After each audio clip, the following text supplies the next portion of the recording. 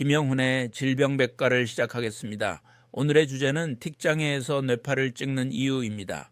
틱장애에서 뇌파를 찍는 이유는 틱 자체를 진단하기 위해서가 아니라 다른 신경학적 질환과의 감별 진단을 위해서입니다. 틱장애에서 뇌파 검사를 시행하는 주된 이유에 대하여 말씀드리겠습니다. 1.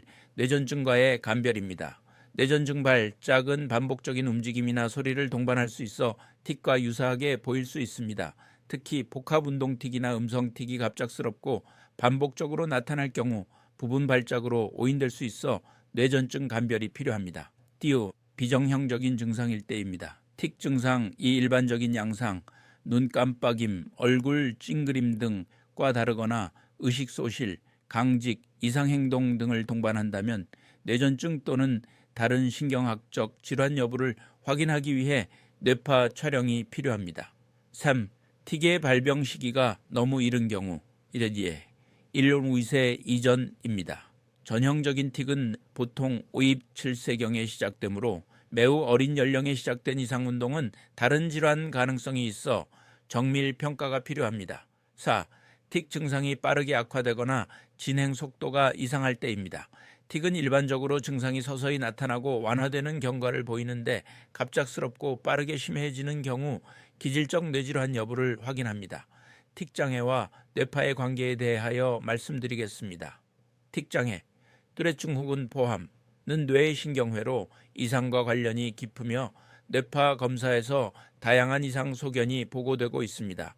틱장애는 뇌의 신경회로 및 정보 처리 이상, 특히 도파민 경로의 기능 이상과 관련이 있으며 뇌파 검사에서 다양한 비정상 소견, 서파 증가, 알파파 감소, 하이 베타 항진 등이 관찰될 수 있습니다. 뇌파 검사는 틱장애에 의해 진단을 보조하고 뇌기능 상태 및 치료 반응을 평가하는 데 도움을 줄 수 있습니다.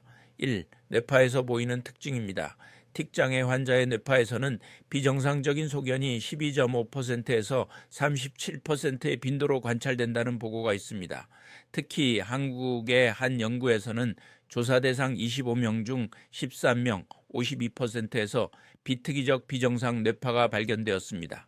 뇌파 이상은 주로 기저핵 외부의 구조, 즉 피질이나 시상 등에서 기인하는 것으로 보이며 틱장애의 병소가 기저핵 외에도 존재할 수 있음을 시사합니다.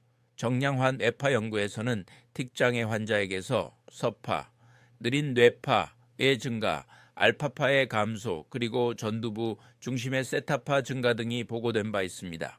운동 과제나 음악 지각 등 특정 상황에서 전두, 중심, 측두, 두정 영역의 뇌 활성도가 저하되는 양상이 관찰되기도 했습니다. 이 정량화 뇌파 유형입니다. 틱장애 아이에게서 흔히 관찰되는 정량화 뇌파 유형은 다음과 같습니다. 이러한 뇌파 양상은 틱장애의 다양한 증상, 운동틱, 음성틱, 불안, 예민함 등과 연관이 있을 수 있으며 뇌의 기능적 상태를 이해하는 데 도움을 줍니다. 하이베타, 뇌파의 항진, 긴장, 불안이 심할 때 자주 나타납니다. 알파 뇌파의 항진, 예민함, 전조 감각이 클 때 관찰됩니다. 전체 뇌파의 톤 저하, 대사 저하, 피로, 저녁에 증상 악화됩니다. 3. 뇌파 이상과 원인입니다. 틱장애의 뇌파 이상은 약물 효과 때문만은 아니며 약물 치료를 받지 않은 환자에서도 비정상 뇌파가 보고됩니다. 뇌파 이상은 운동틱 등 운동 자체에서 유도된 것이 아니라 틱장애를 유발하는 근본적인 뇌의 기능적 이상에서 비롯된 것으로 해석됩니다. 틱장애는 뇌의 피질, 시상, 기저핵 등 신경회로의 정보 처리 이상, 특히 도파민 경로의 과도한 자극과도 관련이 깊습니다. 4. 임상적 활용입니다. 뇌파 검사는 틱장애 진단의 필수 검사는 아니지만 증상의 원인 및 뇌 기능 상태를 파악하고 치료 경과를 추적하는 데 보조적으로 활용할 수 있습니다. 정량화 뇌파는 기존의 유관 판독 뇌파보다 객관적이고 정량적인 정보를 제공하여 치료 전후 변화나 증상 악화 호전의 뇌파적 근거를 확인하는 데 유용합니다. 틱장애 환자에게서 비정상 뇌파 소견에 대하여 말씀드리겠습니다. 틱장애 환자에게서 비정상 뇌파 소견이 발견될 경우 그 의미는 아래와 같이 주의 깊은 해석이 필요합니다. 틱 자체가 뇌파 이상을 일으키는 것은 아니며 다른 질환이 동반되었을 가능성이나 뇌 기능의 전반적 이상 가능성을 시사합니다. 1. 비정상 뇌파 소견의 유형과 의미입니다. 뇌전증파, 스파이크 앤 웨이브, 샤프 웨이브 등 뇌전증의 동반 가능성을 의미합니다. 뇌전증성 질환이 틱과 함께 있는 경우 치료 방향이 달라질 수 있습니다. 배경활동 저하, 뇌의 전반적인 기능 저하를 의미합니다. ADHD 학습장애, 감정조절 문제 등과 연관될 수 있습니다. 국소적인 이상 파형, 특정 뇌 영역의 기능 이상을 의미합니다. 운동 감각 피질의 이상, 활동일 수 있습니다. 비특이적 불안정성, 발달적 지연, 정서 문제, 수면질 저하를 의미합니다. 반드시 병적이진 않으나 전체적인 발달 평가가 필요합니다. 2.